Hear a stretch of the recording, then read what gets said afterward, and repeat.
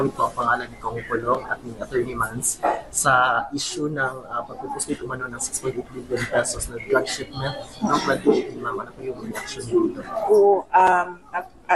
Unfortunately, I cannot speak for Congressman Pulong Duterte. I understand meron siyang mga statements na nilalabas para sa pagsagot ng issue na ito.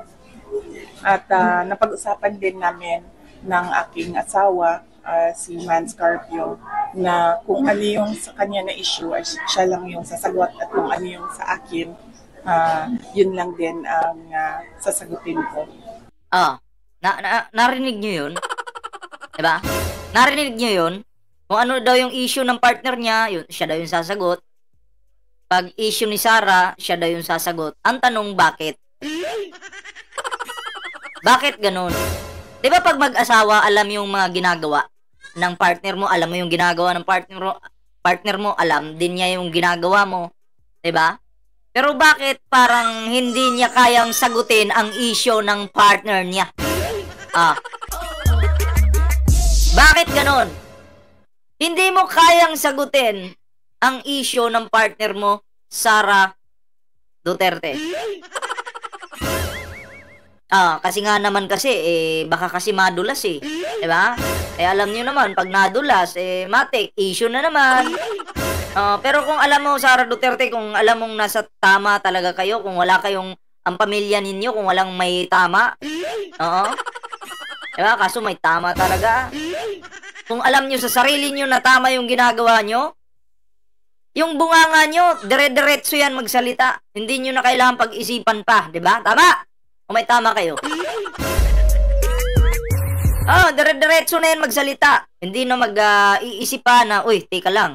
Ano kayang gagawin kong, sample lang to ano kayang gagawin kong kasinungalingan ngayon? Baka madulas ako ganun po yun. Tuloy natin. Para klaro yung mga linya ng pagsasagot. Klaro yung mga linya para walang palpak. Kasi nga naman, baka nga naman, no? Baka, kasi yung mga salita pwedeng doktorin. Diba? Pwedeng gumawa-gawa ng kung ano-anong salita. Pwede po yun pwede pong gawin yun. Pwede kang magsinungaling. Alam naman natin na itong mga Duterte na to, ganyan talaga. Diba? Sasabihin ngayon, kinabukasan, i-deny. Nasanay na kami bilang isang Pilipino, sanay na kami sa mga Duterte na ubod ng sinungaling. Sinabi ngayon, kinabukasan, babawiin, wala daw siyang sinabi. But as I always say, hindi lang dyan sa kaso na i-final sa kanila. Lahat ito ay political harassment, political attacks, makikita niyo naman, ba siya, nagkaroon lang kayo ng issue. Nagkaroon kayo ng issue at may mga lumabas na witness, political harassment agad. Tandaan mo, Sara, kaya lang ngayon yan lumabas kasi nagkaroon, yung taong ito ng tiwala sa administration na to. Gets mo? Nagigets mo ba yan, Sara Duterte? Kasi ang sasabihin naman yan ni Sara, bakit noon hindi kayo lumabas? Natural, may nagbabanta nga sa buhay K.O. Umalis ako sa DepEd, lumabas siya nung nagsasalita na ako kung anong dapat ginagawa natin. Kasi, eto yan, Sara Duterte, makinig ka, tuturuan ka ni Ballpoint Man. Alam ko, mahina yung utak mo. Okay, tuturuan ka ni Ballpoint Man. Yung tatay mo, yung pamilya mo, may pagbabanta sa taong ito. Okay? May pagbabanta. Ngayon, ang mga Duterte at mga Marcos noon magkadikit. Kaya syempre, ang taong ito natatakot magsumbong sa Pangulo. Baka mamaya, 'di ba? Alam mo naman, buhay yun. Buhay yan baka mamaya may mangyari sa kanya kasi close sila ng Pangulo noon. Pero nung nagkalabo-labo na, nagka-problema na, siguro lumakas yung loob ng taong ito. Teka lang, pwede na ako magsalita kasi ang kalaban ko noon, no, kinakalaban na ng Pangulo ngayon o kalaban na ng Pangulo ngayon. Tama? Kaya, ngayon pa lang siya nagsasalita, Sara Duterte. KO. Sorry naman, nadulas lang yung bunganga. Di ba? Ay, shoutout sa lahat dyan, ha. Pasensya na, ito muna yung setup natin ngayon sa cellphone muna kasi ang PLDT natin talaga, ilalagay talaga kita sa kawali. Ating bayan. Pero sana ay hindi makalimutan ng taong bayan na ang tunay na problema natin ay kahirapan. Ang tunay na isisingit na naman yung kahirapan. Ang tunay na problema natin ay kahirapan. Naghihirap yung Davao, binabaha, iniwan mo. Naghihirap yung bansa, binabaha, iniwan mo, nag-Germany ka. Tapos isisingit mo yung kahirapan ngayon para matabunan yung droga na issue na yan. Para ma-save mo yung kapatid mo. Na sinusundo na ngayon. Ha? Wag mong isali yung kahirapan dito. Sara Duterte. Wag. Ang Pangulong Bongbong Marcos nang bahala sa mga Pilipino. Oo. Ang focus ngayon, ang inyong pamilya. Pamilyang Duterte. Oh. KO. Para na akong si Alice Guo, makalimutin na ako eh. Nakakalimot na ako. Bakit kaya ganito? Diba? Nangyari kay Ballpoint Man. Oh, 88 pa lang yung ating tamsak dyan. Oh. Sabi nga ni Banang, nandyan lahat ng maritis yan.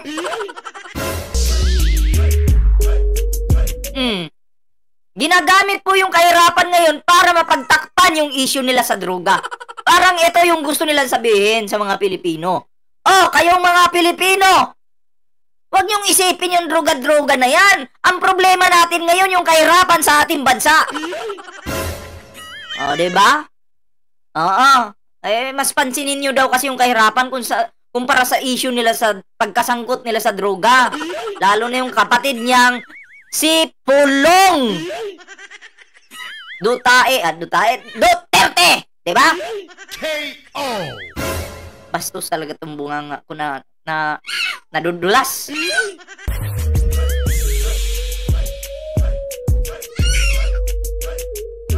Tuloy natin to.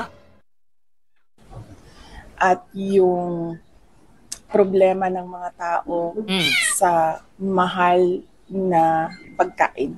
Ang problema ng mga tao sa mahal na pagkain. Nandyan na yan, Sara. Problema talaga yung mahal na pagkain kasi hindi lang naman sa Pilipinas nagmahal. Actually, pasalamat pa nga tayo dito dahil peso lang. Sa ibang bansa nagmamahal, dollars dun. Diba? Oh, pasalamat pa nga tayo dito dahil peso lang. Pinoproblema mo yung mahal na pagkain, wala kang naitulong sa bansang ito. Wala kang naiambag sa bansang ito. Tapos pinoproblema mo, sana all concerned.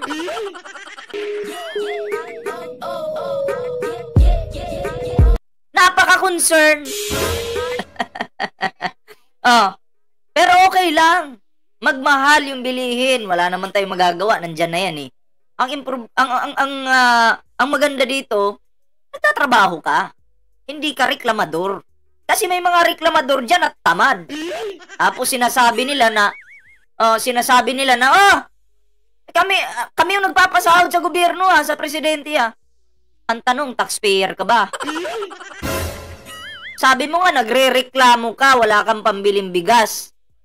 Paano yung pambayad mo ng tax? Wala kang pambigas, pan-tax pa kaya? Yun yung tanong. Aangkinin mo pa? Na kayo yung nagpapasahod sa gobyerno? Tapos hindi ka naman nagbabayad ng tax. KO. Diba? Oy, support po natin yung kaibigan natin dyan na si Birador Pikwa. Ano natin yan? Kasamahan natin yan sa administrasyon na to. Okay? Yun talaga yung basic na problema at basic need ng basic lang pala, basic needs. Ibig sabihin, pang araw-araw na problema. ng mga Pilipino yung pagkain. O dapat gumawa ka ng programa mo na para sa mga Pilipinong naghihirap. Diba? Anong nagawa mo, Sarah? Pumunta ng DepEd, naging DepEd secretary, nawala yung budget, nung wala ng budget, nag-resign. Yun ba yung project mo? Sarah? Bayan ngayon, kaya sana ay hindi sila magpadala sa ingay, ba't kundi tutukan natin lahat kung ano yung totoong problema ng ating. Sana wag daw kasi kayo magpadala sa ingay. Tutukan nyo kasi kung ano yung problema. Pagkain daw kasi. Kahirapan daw kasi. Wag daw kayo magpadala sa ingay kasi every time na may ingay ang mga Duterte, masakit yung tenga nila kasi sila yung nadidiin. Alam mo yung pag pinakitaan mo yung mga Duterte ng cross, natatakot sila. Parang nasusunog sila. Yun po yun. Tayo mga vlogger, maiingay tayo. Every time na binabanata natin sila araw-araw dahil nasa katotohanan naman tayo, nasasaktan po yung mga yan. Masakit po yung tenga nila. Minsan nga hindi nila kayang panuorin yung mga content ng mga vlogger.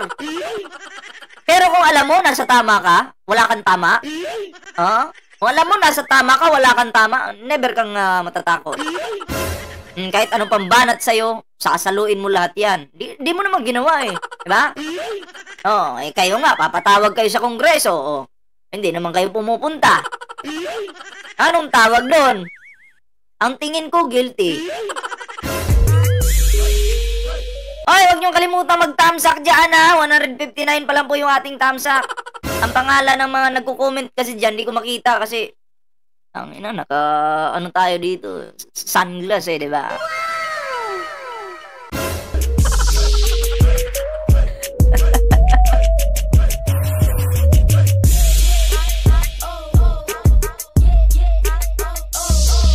Tuloy natin to.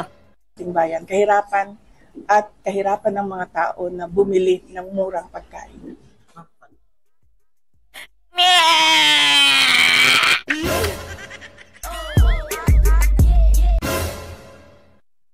Ayoko na mag-comment, Sarah. Next topic na tayo. Baka mamura lang kita. Gigil ako sa'yo next topic na po. Ito po yung karugtong. Pagtiyagaan nyo po muna yung audio yung naririnig nyo. Kasi sa cellphone muna tayo live ngayon. Sa mga bagong pasok sa cellphone muna tayo naka-live kasi ang PLDT pong loko-loko, nagluluko. Loko-loko ka na nga. Tamad pa yung mga nagtatrabaho sa PLDT. Ito, real talk to yung mga nagtatrabaho sa PLDT, ang tatamad. Ngayon, may problema ka ngayon sa PLDT. Tatawagan mo sila, papapuntahin mo dito. Hindi po yan pupunta. 1 buwan pa yan bago makarating. Diba? Oo. Walang kwenta ang PLDT. Kahit user ako ng PLDT, ako na mismo yung nagsasabi walang kwenta. Umalma si Vice President Sara Duterte sa pagkakadawit ng kanilang pamilya sa kontrobersyal na shabu shipment noong 2018. Ayon sa Vice Presidente, malinaw na isa itong politikal na pag-atake laban sa kanilang pamilya. Nagbabalik. Ano lang naman kasi pagpipilian natin? Iilan lang, di ba? Sus na ba, Yusip? Si Rainiel Pawit. Political harassment. Ganyan inilarawan ni Vice President Sara Duterte ang pagkakadawit sa kanilang pamilya sa umano'y shabu shipment noong 2018. Yan ay matapos diretsahang ituro ng testigong si dating Customs Intelligence Officer Jimmy Guban ang ilang miyembro ng pamilya Duterte at ilang malalapit sa kanilang opisyal na may-ari umano ng shabu shipment. Nangyari yan sa unang pagdinig kahapon ng binuong Quad Committee sa Kamara sa Pampanga para imbestigahan ang koneksyon ng mga pogo, illegal na droga at extrajudicial killing sa bansa. Tuloy-tuloy po akong dinudoro.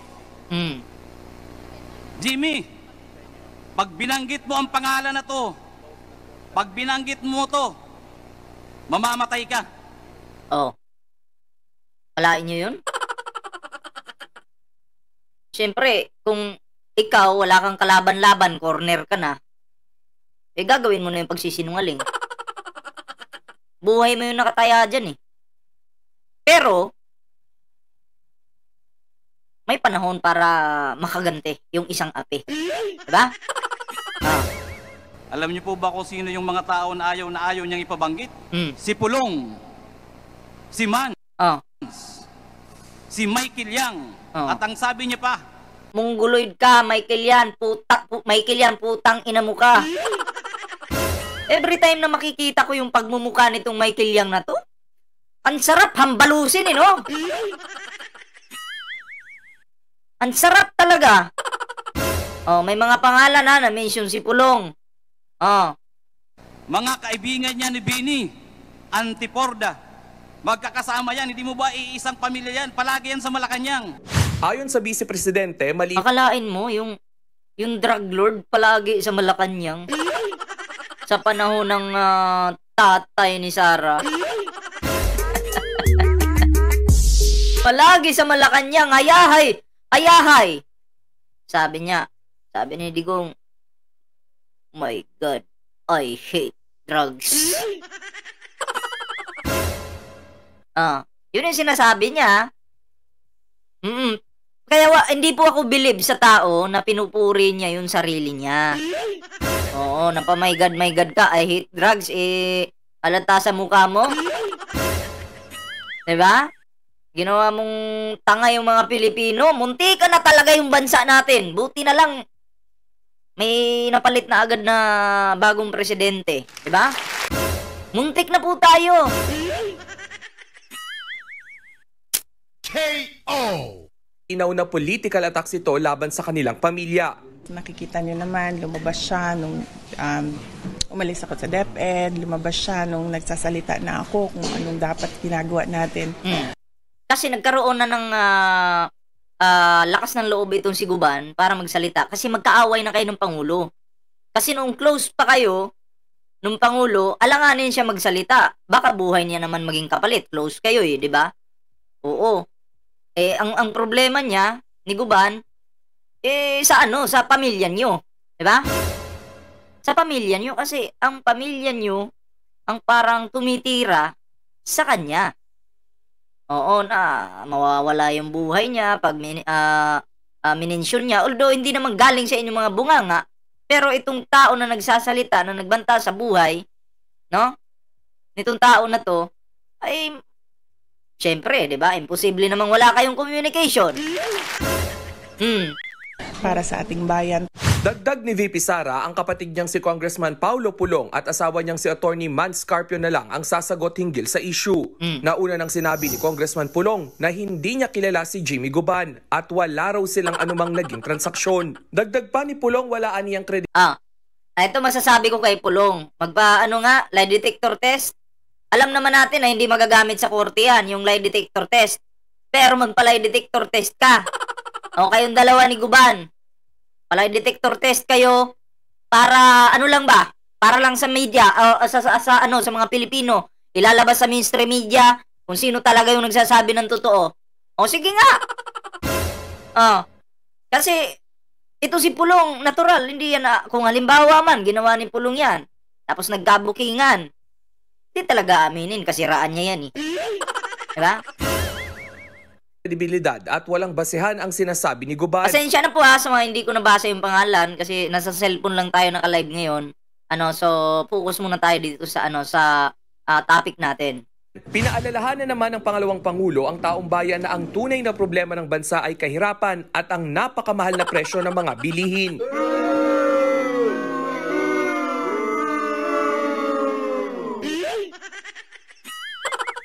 Sa usapin naman tungkol sa planong impeachment laban sa kanya, Expected na natin yan. Ang pagkakaalam ko ngayon, ihain daw yung impeachment. Kasi linggo ngayon, di ba? Na-reactionan ko na yun. So, ngayon yata. So, malalaman natin bukas kasi, of course, pag mga ganyan, binabalita agad yan di ba? Dahil,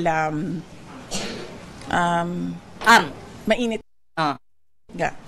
ang politika ngayon dito sa ating bayan. Lagi namang pinapag-usapan among members of the House of Representatives ang impeachment at naririnig naman namin lagi yon base sa mga sinasabi ng mga kaibigan doon sa loob.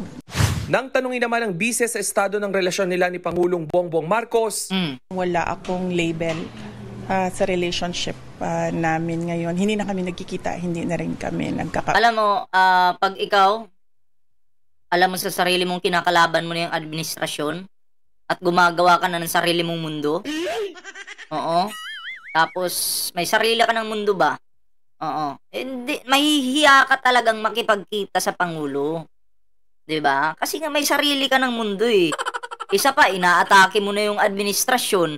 Tapos may kapal ka pa ng muka na magpakita doon. Siguro wala na. Ang mga guilting tao, hindi kayang humarap yan sa kanilang binabanatan. Diba? O ako ngayon, halimbawa, fake news akong tao. O babanatan ko si Birador Pikwa. Pag binanatan ko yan, si Birador Pikwa, ano yan? Gala yan, punta-puntang ano yan, Germany. Manood ng concert ni Taylor Swift. Oo, tapos happy-happy lang doon. Oo, pinabayaan yung ating bansa. Mayor siya ng Metro Manila. Fake news pala ako. Wala palang katotohanan yun. Sample lang yun, ha? Oo. Mahihiya na ako magpakita kay Birador Pikwa. Pero yung issue ni Sarah na Germany, totoo yun. Diba? Hindi po fake news yun. Oo. Talagang iniwan niya yung bansa. Iniwan niya yung bansa, binabaha, pahayahay siya doon. Tapos sila Maharlika, sila Roqueta, naglabas ng pulburon video sa Amerika. Tapos, feeling ni Sara pagbalik niya, siya na yung magiging presidente kasi mapapatalsik na yung ating Pangulo. Yun kasi yung plano eh, sa pagkakaintindi ko lang ha. Palpak, pag uwi niya, vice president pa rin siya. Diba? Tuloy natin. Kausap. Nagbabalita mula sa frontline, Rainiel. Ito yung karugtong po ito. Ito po yung karugtong ha. Ito na, mas matindi tong balita na to. Utot ng demonyo sa Davao. Arestado ang isang vlogger Arestado. Ito utot ng demonyo sa Davao ha. Tingnan nyo. Sa Davao nangyari, isisisi po sa Metro Manila o sa Manila. Pakinggan nyo to. Arestado ang isang vlogger matapos mahulihan ng marijuana sa isang bar sa Davao City. Pasado alas... Akala ko ba safe yung Davao City? Bakit may mga marijuana diyang nakakalusot? Partida, marijuana pa lang to Hindi pa pinag-uusapan yung shabu dito. Anong nangyari? Davao City! Mayor Baste Duterte! Sorry, nadulas yung bunganga. KO! Bakit may nakalusot na marijuana dyan? Akala ko ba pinaka-safe na lugar yung Davao? Ulitin natin Ulitin natin. Para masaya. Arestado ang isang vlogger matapos mahulihan ng marijuana sa isang bar sa Davao City. Pasado alas 11 kagabi, nang salakayin ng mga tauhan ng NBI at PIDEA ang bar sa Barangay Maa. Ayon sa mga otoridad, isang high-value target ang suspect na si marijuana, high-value target. I'm sure itong NBI na to na kalbo na naman yung bida-bida dito. Chris Brian Oncada, 28 anyos. Sa mga bar umano target ng suspect na magbenta ng mga... Sa mga bar! So, ibig sabihin, gabi-gabi yan. Hindi nyo napansin? Gabi-gabi may ng marijuana dyan sa mga bar. Davao City, pinaka-safe, pero gabi-gabi pala, may nagbabagsak ng mga marijuana sa mga bar dyan sa Davao City. Pinaka-safe na lugar! Congratulations! Yan. Ganyan kasi pag magtrabaho ang mayor ng Davao na si Baste Duterte. Diba? Ganyan. Nangyari sa Davao ngayon, isisisi ngayon sa Manila. Pakinggan nyo. Kontrabando. Galing pa raw sa Luzon ang mga marijuana na inihahatid sa mga parokyano sa Mo galing pa daw Luzon? Daw. Hindi sila sigurado dyan Daw. Nahuli sa Davao. Tapos sasabihin galing dito sa Luzon. Alin ba yung pinakamalawak na lupain na walang masyadong buildings? Di ba, Mindanao? Saan ba tinatanim yung marijuana? Sa semento o sa lupa? Sige nga. Saan tinatanim yung marijuana? Sa semento ba o sa lupa? Natural, baka iniisip ng mga leader dyan sa Davao, sa semento siguro. Ay, mga bangag na eh. Oh, mga bangag na eh. Ano bang maiisip ng mga bangag? Baliktad, di ba? O, magtanim tayo ng marijuana sa semento. Oy, ang Luzon, puro semento yung Luzon ah. Yung Mindanao, malawak yan. Walang mga buildings dyan, karamihan. Bakit isisisi? Kasalanan pa ng taga Mindanao, taga Luzon. Kasalanan pa ng taga Luzon. Nangyari, okay? Nangyari ang issue or pagkahuli sa Davao, isisisi sa Mindanao para mabash na naman ang ating mahal na Pangulo. Parang mahal na Pangulo na naman natin ang mapasama dito. Kapabayaan ng mayor sa Davao, Pangulo na naman yung sisisihin dito. Pangulo na naman yung mapapasama. Ang galing. Ang galing-galing talaga ng mga dutae. KO! Davao, ano na? Baka doktorin nyo to ha. Wala na, hindi na madudoktor yan. Lumabas na sa balita eh. Mindanao, na-recover sa suspect ang mga sachet ng hinihinalang marijuana at marijuana oil na nakalagay sa plastic. Teka, may marijuana oil pala. Pwede palang magka-oil yung marijuana? KO! Bottle, pati na ang 2,000 pesos na buy-bust money at mga personal niyang gamit. Kinumpis ka rin ang mga dala nilang vape para suriin kung may halo itong marijuana oil. Nasa kustodiya na ng PIDEA ang suspect na nahaharap sa reklamong paglabag sa Comprehensive Danger. Sabi ni Jubin Pillow, mahina ang kita ng kalingap. Wala, barya yung kalingap, walang kwenta. Ano? At least ako nagre-relito ako dito. Diba? Kasi pagbalik ko sa kalingap, babanatan ko yung kalingap. Kalingap mo, babanatan ko yan. Tuloy tayo dito. Dangerous Drugs Act. Matagal na nating surveillance. Sabi ko, si Kalbo na naman eh. Ulitin ko pakinggan nyo yung sasabihin ni Kalbo dito. Matagal na nating surveillance. Actually, we arrested. Matagal na nating sinurveillance. Actually, ngayon lang nahuli. Pero pagkatagal-tagal na yan, nagbabagsak ng marijuana, pero matagal na daw sinurveillance. Gas-gas na yung ganyang salita. Para magmukhang mabango kayo dyan, NBI Davao, ang sasabihin nyo, matagal na po namin sinurveillance yan, kaya nga nahuli namin eh. Pero ilang taon na nagbabagsak yan ng marijuana dyan? Ay baka 1 taon, 2 taon, 5 taon. Ngayon yun na lang nahuli, pero sinasabi nyo, matagal yun ng sinurveillance yan. Diba?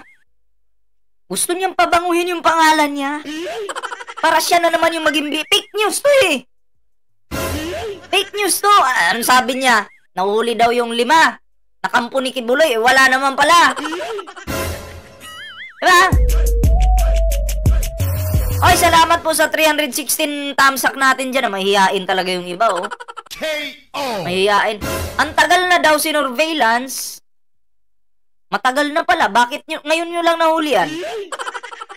Pag sinabi kasing mga bar, ibig sabihin maraming pinagbabagsakan ng marijuana. Marijuana oil. Binabagsak doon, dito, doon, dito, doon, dito, doon. Matagal na pala. Bakit ngayon lang nahuli? Ayun yung tanong ko. So, ibig sabihin, wala kang silbi. KO!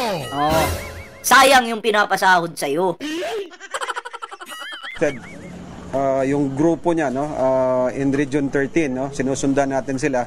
And ito siya ang tinuturo ng mga nahuli doon na kasabwat nila dito sa Davao.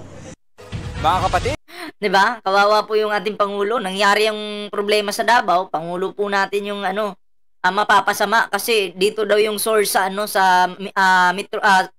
Luzon. Hindi ko alam kung saan sa Luzon, pero yun yung sinasabi nila.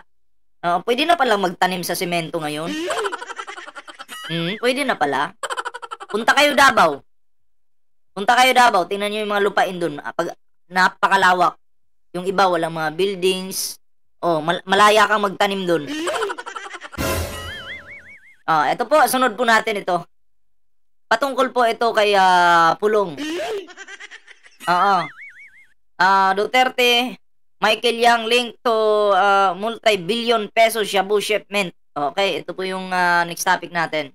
A former advisor, a son, and son-in-law of ex-Philippine President Rodrigo Duterte are linked by former Customs Intelligence Officer Jimmy Guban to a huge drug... May shoutout po kay Adela. Ha. Pasensya na po, hindi ko sa cellphone lang tayo naka-live ngayon eh.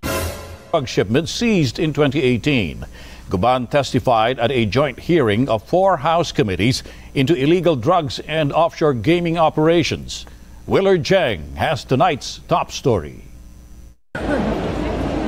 Wearing a bulletproof vest and helmet, former Customs Intelligence Officer Jimmy Guban appeared before Friday's joint hearing of 4 House committees looking into crimes linked to pogos and dangerous drugs. Guban previously appeared in a 2018 hearing of the Senate Blue Ribbon Committee, linking former Police Colonel Eduardo Asierto to the shipment of magnetic lifters containing 6 billion pesos worth of shabu in the Manila port in the same year. Guban has since changed his tune. Kaya pala yung mga taga Davao, yung mga empleyado, hindi naman po lahat, kaya pala yung 37 na empleyado dyan sa Davao, nag-positive dahil sagana pala sila sa, sarap pala ng buhay. Pag ang amo mo talaga, may-ari ng mga ganito, sarap talaga ng buhay mo. Sabog ka pa pagpasok mo sa trabaho. Telling the House Squad Committee that he was threatened after he was cited in contempt by the Senate. Nakita ko po staff ng Blue Ribbon. May sumunod po sa kanyang pumasok diretso sa kwarto ko. Tuloy-tuloy po akong dinudoro. Oo? Jimmy, pag binanggit mo ang pangalan na to, pag binanggit mo to, mamamatay ka. Yun yung kanina, ha? Lalo na kung makarating ka sa Pasay City Jail. Tangina, yan? Pasay City Jail. May mga, sila doon? May mga aso sila doon? Nauutusan, Pstoy, tirahin nyo na yan, ha? Ay, dapat maglinis yung ating gobyerno ngayon. Kung sino yung mga naka-assign dyan sa panahon ni Digong na nandyan pa rin ngayon, siguro si Baki na yan. Kasi delikado po yung magiging kalagayan pala ng preso na mga preso dyan. Kasi may mga halimbawa, makalaban mo yung mga duta at doon ka bumagsak sa na yun, may kalalagyan ka. Siyempre, wala kang magagawa. Mag-isa ka lang doon sa loob eh. Di mo kilala yung iba. Di tatagal ang buhay mo. The worst, Your Honor, sinabay niya pa pati anak ko. Alam namin kung nasaan yung anak mo sa Makati. Pag-usapang anak, pag ako halimbawa ako yung nakulong kagaya niya. Pag-usapang anak, tangina, papatay talaga ako ng tao. Dali, kidnapin yan. Your Honors, alam niyo po ba kung sino yung mga tao na ayaw niyang ipabanggit? Na halos doon pa lang gusto na ako sipain, bugbugin. Si Pulong, si Mans, si Michael Yang, at ang sabi niya pa, mga kaibigan niya ni Bini, Antiporda, magkakasama yan, hindi mo ba iisang pamilya yan, palagi yan sa Malacanang. Official pa yan ng National Press Club. Pulong is Davao City Congressman Paulo Duterte, son of former President Rodrigo Duterte. Mans is the husband of Vice President Sara Duterte Manasseh Carpio. And Michael Yang, who served as Presidential Economic... Every time na nakikita ko yung mukha nitong Michael Yang na to, lami kayo laparuhon ba? Diba? Lami kayo laparuhon ni si Michael Yang lagi. Advisor to Duterte. Guban identified Paul Gutierrez as the one who made the threat. Gutierrez is now Executive Director of the Presidential Task Force on Media Security. Guban added he was later told by an NBI official to link former Senator Antonio Trillanes to the drug shipment, but he refused. A business dummy, Guban said, was named as consignee of the cargo.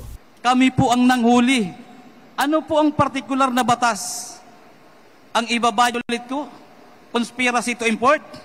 Or yun ang grand conspiracy na linisin ang pangalan ng First Family at si Michael Yang para pagsalitain pa ako at papirmahin na ang kasama doon sa importation na isang politiko na kalaban nila na hindi ako pumayag. Dahil sabi ko walang alam yan. Guban said he has not personally met Congressman Duterte, Carpio and Yang, who he accused of engaging in illegal importation, saying he got the information from a councilor in Davao he named as Nilo Small Abellera. Ako ay naniniwala talaga dito sa statement ni Jimmy Guban. Bakit po? Kahit ako naniniwala po ako kasi ang kanyang mga salita dire-diretso po. Hindi po katulad ni Morales, 'di ba, na medyo lutang pa, kalbo, nahanginan yung utak. Hindi katulad nito ni Guban, dire-diretso po. Kahit nga pa hindi pa tapos magtanong yung isa, parang gusto niya nang pumasok eh. 'Di ba? O nakikita ko po para sa akin lang po ito, nakikita ko, nararamdaman ko na siya po ay nagsasabi ng katotohanan. 'Di ba? Itong si Small is very close. Councilor po ito ng Davao. So he is very close to the personalities na binanggit ni Jimmy Guban. So in that note, I really believe his statements. Guban had formally recanted his earlier statement linking Asierto before the Manila Regional Trial Court last year, where he was convicted for violating the Comprehensive Dangerous Drugs Act. He is now detained in the Bureau of Corrections while his appeal is pending before the Court of Appeals. Appearing in the committee. Ay, salamat sa 390 tamsak natin dyan Mahihain yung iba. Guban asked for immunity from prosecution and to be placed under the custody of the House of Representatives and the Witness Protection Program. Quadcom lead chair Representative Ace Barber said the House committees will still have to weigh Guban's credibility, even as the House allowed him to apply for the Witness Protection Program. A number of personalities were issued show cause orders to explain their absence in the hearing, including the wife of former presidential spokesperson Harry Roque and other incorporators of Biancham Holdings, former Roque aide Alberto Rodolfo de la Serna, and officials of alleged operators of illegal pogos. Roque was absent in the hearing, citing his attendance in a court hearing in Manila. Meanwhile, former PNP chief and now Senator Ronald De La Rosa slammed the House hearing on Duterte's drug war. De La Rosa called lawmakers behind the congressional probe opportunists. So noon they are singing hallelujah to us for thank you for the drug war, thank you for the peace and order.